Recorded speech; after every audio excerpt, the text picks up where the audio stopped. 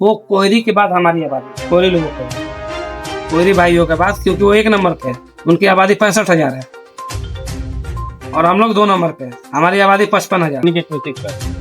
तीसरे धर्म को लेकर एक साथ करने की कोशिश कर, ठीक है। MIM पार्टी से जुड़ा ऑल इंडिया मजलिस इत्तेहादुल मुस्लिमीन जो वैसी साहब की पार्टी है उससे हम लोग जुड़े हुए हैं और हम हथुआ प्रखंड का अध्यक्ष हैं। सबसे ज्यादा जिम्मेदारी हमारे हथुआ का पूरा हमारे ऊपर है। तो हर गांव में मिलना जुलना हो रहा है। इस सिलसिले में समझिए कि 10वां या 12वां गांव है। हम लोग इससे पहले मचागर में मिले थे मस्जिद के पास, कल या परसों। इससे पहले बड़ी सर मनीषा पर डोमा आता, हथुआ गांव में 2 बार, बगही, खास टोला, सुरवनिया, लाइन बाजार, पकौली, सदका पकौली, यानी जहाँ भी लोगों को मालूम चला कि हाँ भाई अब अपने अपनी मस्जिदों को, मदारिस को, जो कब्रिस्तान है उसका पेपर दिखाए, नहीं तो उसको रजिस्टर्ड कराए, नहीं तो अगर नहीं होगा रजिस्टर्ड तो उसको तोड़ दिया जाएगा। हाँ, और उसके बाद से बचे कुछ हालात आया तो अभी जो भाई वोटबंदी वाला बात हो गया, तो ये भी अभी ये लोग राहुल गांधी तेजस्वी यादव अभी अब घूम रहा है। वैसे साहब ने वोटर SIR का जब मैटर है तो सबसे पहले इलेक्शन कमीशन से मुलाकात की और सुप्रीम कोर्ट में केस फाइल किया। इन लोगों को कुछ पता नहीं, लेकिन जब जैसे वैसे साहब एक्टिव हुए तब लोग इन लोगों को लगा कि सारा क्रेडिट हर मैटर में यही लेके चले जा रहे हैं। अब ये लोग पूरा रोड पर उतरा हुआ है, घूम रहा है, और लोग बोल भी रहे हैं कि भाई वैसे साहब क्यों नहीं रोड पर उतरा। भाई रोड पर उतरने से मसला हल नहीं होगा, लड़ाई क्योंकि वो कानून का हिस्सा है इसलिए लड़ाई सुप्रीम कोर्ट में लड़ना पड़ेगा। रोड पे भी है ठीक है चलेगा, लेकिन जो मेन लड़ाई है, जब कानूनी जो लड़ाई होता है वो कोर्ट कचहरी में होता है। तो सुप्रीम कोर्ट सबसे बड़ा कोर्ट है, इसलिए अवैसी साहब ऑलरेडी पहले ही वहां पे पहुंचे हुए। तो हमारे हर मुद्दे पे, चाहे बाबरी मस्जिद हो, मॉब लिंचिंग हो, किसी बंदे को पकड़ के मार देना गाय के नाम पे, गोश्त के नाम पे, या फिर CANRT का है पेपर दिखाओ तुम हिंदुस्तान के नागरिक हो कि नहीं हो, या फिर तुम्हारे मस्जिद मदरसा का पेपर है कि नहीं हो, इससे बचा तो वोट अपना पेपर दिखाओ तुम यहाँ के नागरिक हो कि नहीं हो तो तुम वोट क्यों दे रहे हो। जो अभी SIR चल रहा है, बहुत सारे लोगों का नाम कटा हुआ है, तो ये सब मैटर है, इस तरह चलता रहेगा। तो ये सब जब मैटर इस तरह बीजेपी इस तरह का मैटर जब क्रिएट करती है तो हमारे फेवर में कोई बोलने वाला नहीं है। कहा ना तेजस्वी यादव बोलता है, इवन ट्वीट एक नहीं कर पाता है इतना। अच्छा क्यों नहीं कर पाता लोग? भाई अगर हम मुसलमानों के बारे में बोलेंगे तो हमसे हिंदू हट जाएंगे। ठीक है भाई, तो जब हिंदुओं का वोट तो फिर हमारा वोट क्यों ले? अगर तुमको इस बात का डर है कि हम मुसलमानों की बात करेंगे तो हिंदू भाई हमसे छटक जाएंगे। हालांकि वैसे साहब का ऐसा कहना नहीं है, हमारे पार्टी का साफ मौक़िफ़ है कि ये सेकुलर पार्टी है, इसके लीडर बड़े मुसलमान हैं, ये सेकुलर पार्टी है। और हिंदुस्तान में जब तक अपने आप को आप सेकुलर नहीं बताइएगा तब तक आप यहाँ पे चुनाव नहीं लड़ सकते। हर जाति धर्म को लेकर चलना। वो कोयरी के बाद हमारी आबादी, कोयरी लोगों के बाद, कोयरी भाइयों के बाद, क्योंकि वो 1 नंबर पे है, उनकी आबादी 65,000 है और हम लोग 2 नंबर पे है, हमारी आबादी 55,000।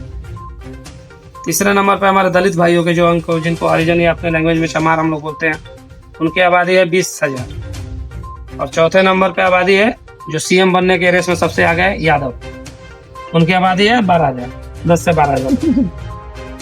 तो 10 से बाद सबसे नीचे वाला बोल रहे कि हम CM बनेंगे और सबसे ऊपर वाला बोल रहे कि तेजस्वी भैया जिंदाबाद।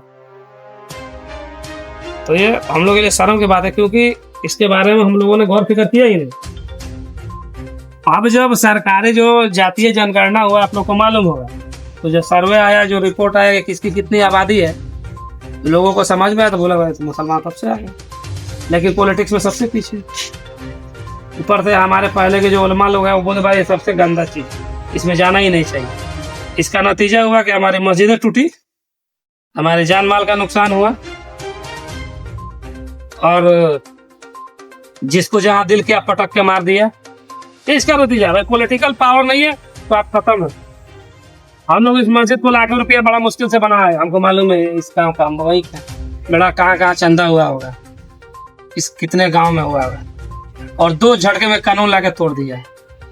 कितना खलेगा? और इसका विरोध यह कानून कहाँ बनना है? पार्लियामेंट में। वहां पे हमारा कोई आदमी ही नहीं। एक ओवैसी साहब को छोड़ दिया जाए तो कोई है ही नहीं। और हम लोगों ने बनने का भी कोशिश भी नहीं किया कि हम लोगों में से कोई बने। ये भी बात है, हमारी भी उतनी ही गलती है जितना वो लोग की गलती है। वो लोग तो मौका का फायदा उठा के आपको मार रहे कि कोई है नहीं तुम्हारी आवाज वहां उठाने वाली।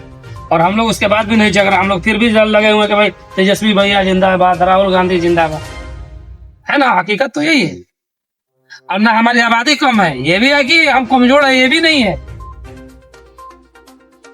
2% वाला मुकेश सहनी अभी इस बार MP का इलेक्शन लड़ा ना, चंचल जो लड़ा यहाँ पे, मुकेश सहनी बैक छाप 2% आबादी है और हमारी आबादी 21% है। कोई सोचता ही नहीं इसके बारे में कि हम लड़ते, थोड़ा सा हम लड़ते। ऐसा गुजारा नहीं चलेगा हमारे पास।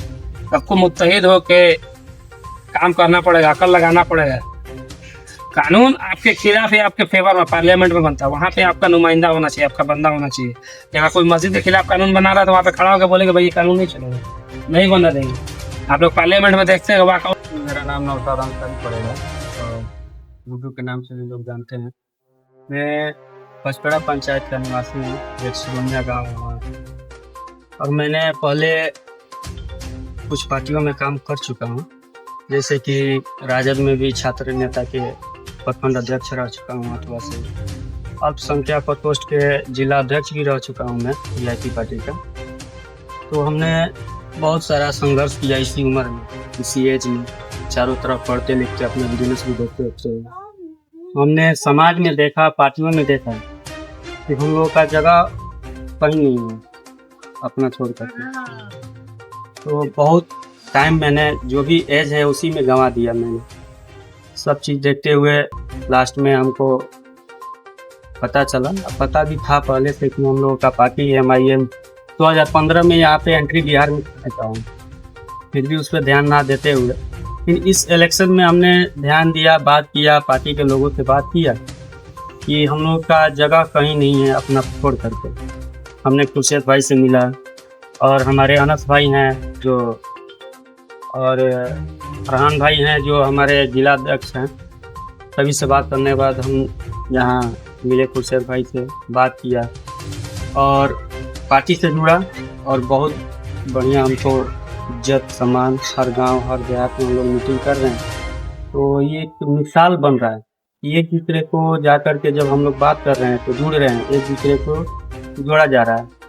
तो ऐसे ही हर गांव में हम लोग 1-1, 2-2, 4-4, 5-5 करके हिमवार लोग सुन रहे हैं कि एक दूसरे के कांटेक्ट में अगर कोई है तो हम लोग का काम को या जो भी है मजबूत करने के, पार्टी को मजबूत करने के लिए काम करें। और हम लोग का आवाज़ सिर्फ और सिर्फ आवाज़ उठाने वाले हमारे बलिस्टर सदुद्दीन ओवैसी साहब हैं। और हमको लगता है कि हम लोग का मस्जिद भी, मदरसा भी, NRC, 3 तलाक, नकाब और भी सब मुद्दे हैं, वक्फ बिल हैं, उसके एक सिर्फ और सिर्फ आवाज़ उठाने वाले हमारे ओवैसी साहब ही हैं। दूसरा कोई हम लोग का आवाज़ तो उठाता नहीं है। तो हम लोग जब तक एक नहीं होंगे तब तक हम लोग कुछ नहीं कर सकते हैं। दूसरे का झंडा तो जिंदगी भर हमारे दादा परदादा होते आ गए हैं। कोई ऑप्शन नहीं था बिहार में, लेकिन अभी तो ऑप्शन बन चुका है ना। इसी के हम लोग मजबूत करने के लिए MIM को हम लोग अपना पूरा टीम लेकर के निकले हुए हैं और सभी को एक करने के लिए बोलते हैं कि सब कोई एक हो जाए कि हम लोगों का ना कब्रिस्तान छीना जाए, ना मस्जिद तोड़ी जाए और नहीं हम लोगों का हक अधिकार है। वक्फ बिल पे बताइए, हम लोगों का दादा परदादा पुराने लोग दे चुके हैं, उसको वो लोग अपने सिस्टम से छीनने की कोशिश कर रहे हैं। तो जब तक हम लोग एक नहीं होंगे तो अनेक बन करके हम लोगों को मारा जाएगा, तोड़ा जाएगा, बिछड़ाया जाएगा। तो हम लोग एक होके और इस पार्टी को मजबूत करने की कोशिश करें। और भी बहुत कुछ बातें थी जो खुर्शीद भाई बता चुके होंगे और भी आगे जो बात होगी फर्क दी जाएगी। हम लोग एक होने की कोशिश करें और हर धर्म को लेकर एक साथ करने की कोशिश करें। ठीक है, और ये आखिरी बात नहीं है, हम लोग आखिरी बार यहाँ पे नहीं आए हैं। इंशाल्लाह जब भी आप लोग बुलाइएगा